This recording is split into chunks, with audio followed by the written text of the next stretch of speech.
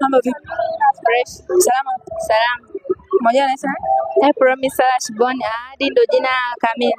Kweli? Yes. Jina nani vile umesema? Promise Lashbon, lakini la kawaida ni Ahadi. Promise. Yes. Jina lako ni Ahadi. Yes. Hivi una ahadi gani na Mungu kwa sikia leo? Leo nina furaha sana. Yaani ahadi yangu mimi na Mungu nimependa alivyonifanyia, maana ametimizia malengo yangu. Yes. Nimepata mme. Alafu kuna ile nyimbo ambayo umemwimbia mume wako inasema kwamba wewe ndio nini tunataka tusikie kidogo. Wewe ni penzi wa moyo. Okay. Chaguo la moyo. Ulibarikiwa kuwa na mimi. Naishi hapo. Okay. Jamani, huyu hapa mwenzetu kaolewa. Sijui wewe na mimi tunaolewa lini. Ila mwenzetu tumtakie, kwanza tunakutakia ndoa njema. Asante. So Mnyamwezi ambaye yupo Marekani ambaye ni meneja wako angetaka kufahamu kwamba kuhusiana na kazi ya muziki ya gospel, so utabaki kwenye kundi ama kwa sababu umeelewa na ndio kila kitu kimeisha?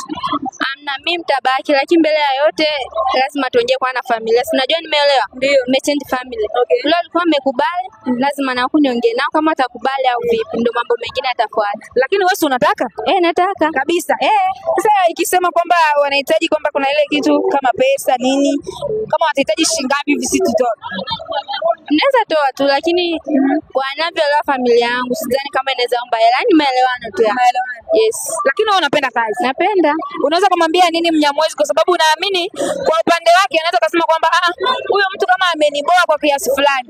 Wewe kama unaweza kumwambia nini Mnyamwezi ili kule alipo aseme kwamba kumbe mtu mwenyewe nilikuwa nimeshasema kwamba amenifelisha, kumbe anarudi kwenye game. Yaani mimi nimeshukuru sana, kwanza Mungu ambariki Mnyamwezi, ana roho nzuri, anavyojitolea, anatoa hela zake, sio wengi wanaofanya vile, bali ni moyo. Niseme tu asante na aliyekutuma kuja kunioji ujue mengi kuhusu mimi. Nimeshukuru sana, Mungu abariki kwa ujumla. Tuseme kwamba hatutaki story nyingi, hatutaki maneno mengi. Mwenzetu ndo kaolewa, unaelewa? Huyu hapa ni Ahadi, lakini kwenye English ile inaitwa nini? Promise.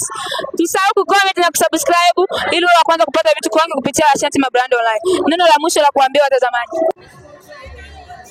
Maji azidi kukufua na kusubscribe channel hii. Asante.